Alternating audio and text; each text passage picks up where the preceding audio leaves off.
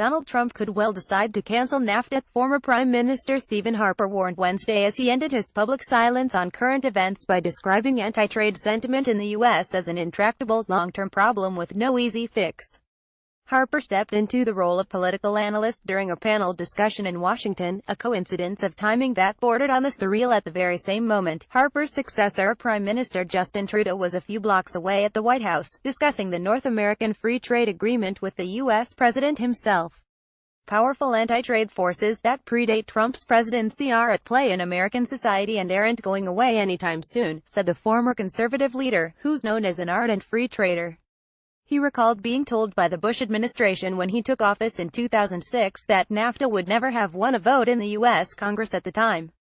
He described how Barack Obama campaigned against the deal. He believes trade will remain controversial whether or not Trump cancels NAFTA, which he thinks could happen.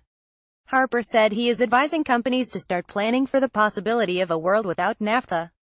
I believe that it is conceivable. I believe Donald Trump would be willing to take the economic and political risk of that under certain circumstances, Harper said in a panel at the Denton's law firm. I would not want to simply bet that this is just all going to work out. What's driving this are some very powerful political currents that, frankly, nobody, including Mr. Trump, has really figured out how to address, and they're going to keep coming at us. Free trade frustration. Trudeau, for his part, sounded Wednesday like he was coming around to a similar conclusion. I continue to believe in NAFTA. I continue to believe that as a continent, working together in complementary ways is better for our citizens and better for economic growth, and allows us to compete on a stronger footing with the global economy, Trudeau told a news conference. So saying, we are ready for anything and we will continue to work diligently to protect Canadian interests, to stand up for jobs, and look for opportunities for Canadian business and citizens of all of our friends and neighbor countries to do well.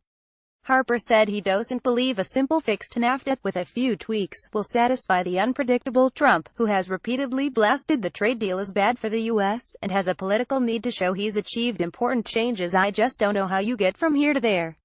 Harper said he understands anti-trade frustration. He described his own annoyance at spending his 50th birthday signing a bailout package for General Motors Canada, only to see the auto giant later move jobs out of the country. I'm not your average assembly line worker, but even I was irritated by that. Justified concerns. And while he proudly touts the fact that he signed trade agreements with dozens of countries, he not only sympathizes with people who feel they've been left behind by the modern economy, he agrees with them.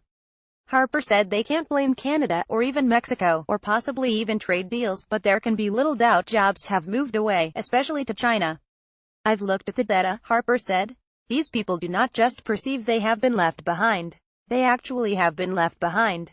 It's a reality. He said he wanted to avoid opining too much on current politics, so he declined to discuss possible solutions to these problems. He also declined an interview request. He offered one piece of advice, albeit in vague terms. He urged other parties to try seeing the issue through the U.S. government's eyes, and finding solutions it can sell.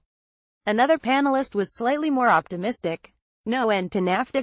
Newt Gingrich, a fixture of American politics and friend of the president, suggested Trump doesn't really want to end NAFTA. He said he thinks a deal can eventually be reached, after long and difficult negotiations.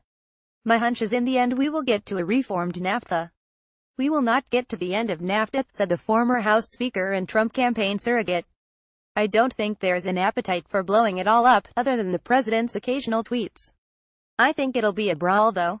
He suggested the deal might get a new name. It will probably be something like the modernized, dramatically improved 21st century Trumpized NAFTA. Gingrich prefaced his remarks by saying the president is unpredictable, so nobody knows for sure. Harper, meanwhile, also offered opinions on two other international relationships. He said Canada could easily strike a trade agreement with a pro-Brexit British government. He also said that if NAFTA collapses, the Chinese will be ready and willing to make a deal with Canada.